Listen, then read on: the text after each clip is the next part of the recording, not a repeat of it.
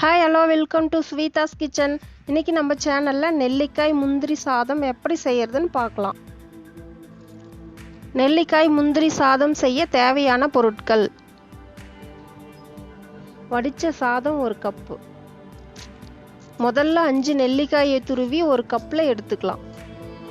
பொடியாக நறுக்குன 2 பெரிய வெங்காயம், பச்சை மிளகாய் 4, சிறிதளவு கருவேப்பிலை கொத்தமல்லி, மஞ்சள் தூள் 1/4 ஸ்பூன், மிளகாய் தூள் 1/2 ஸ்பூன், நல்லெண்ணெய் தேவைக்கேற்ப, தாளிக்க கடுகு, கடலைப்பருப்பு 1 ஸ்பூன், உளுந்தம்பருப்பு 1 ஸ்பூன், முந்திரி பருப்பு ஒரு 10. ஸ்டவ்வில் கடாய் வச்சு எண்ணெய் ஊற்றிக்கலாம். எண்ணெய் சூடேறுற வரைக்கும் வெயிட் பண்ணலாம். எண்ணெய் காஞ்சதும் தாளிக்கிறதுக்கு கடுகு போட்டுக்கலாம். கடுகு பொரிஞ்சதும் அடுத்தது சீரகம் போட்டுக்கலாம். அடுத்தது கடலைப்பருப்பும் உளுத்தம்பருப்பும் போட்டுக்கலாம். கடலைப்பருப்பு உளுத்தம்பருப்பு நல்லா செவந்ததும் கருவேப்பிலை போட்டுக்கலாம்.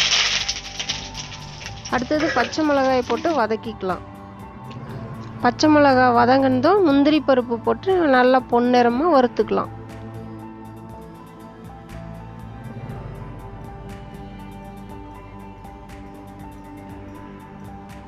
பொடியாக நறுக்கி வச்ச 2 வெங்காயத்தை சேர்த்து வதக்கிக்கலாம்.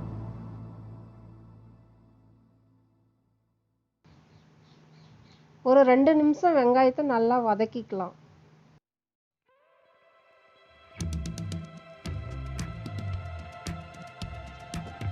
இப்போ வெங்காயம் நல்லா வதங்கிடுச்சு. துருவி வச்ச நெல்லிக்காயை அதில் சேர்த்துக்கலாம். இப்போ சேர்த்த நெல்லிக்காயை 2 நிமிஷம் நல்லா வதக்கிக்கலாம். இப்போ நெல்லிக்காய் நல்லா வதங்கிடுச்சு. மஞ்சள் தூள் மிளகாய் தூளும் போட்டு நல்லா வதக்கிக்கலாம்.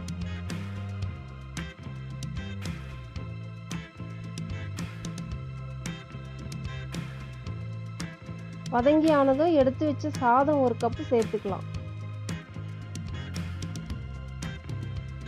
நம்ம சேர்த்துக்கிற சாதம் கட்டி இல்லாமல் பளபளன்னு இருந்தால் நல்லாயிருக்கும்.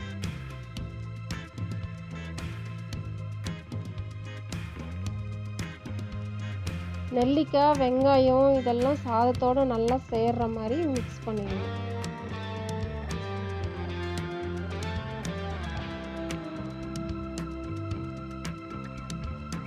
தேவையான அளவு உப்பு சேர்த்து மறுபடியும் சாதத்தை நல்லா வறுத்துக்கலாம்.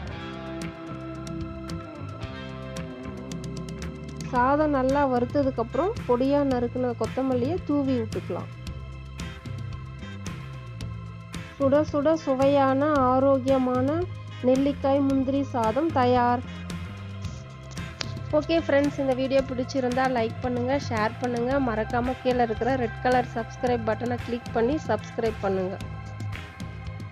மீண்டும் அடுத்த வீடியோவில் சந்திக்கும் வரை உங்களிடமிருந்து விடைபெறுவது உங்கள் ஸ்வீதாஸ் கிச்சன்.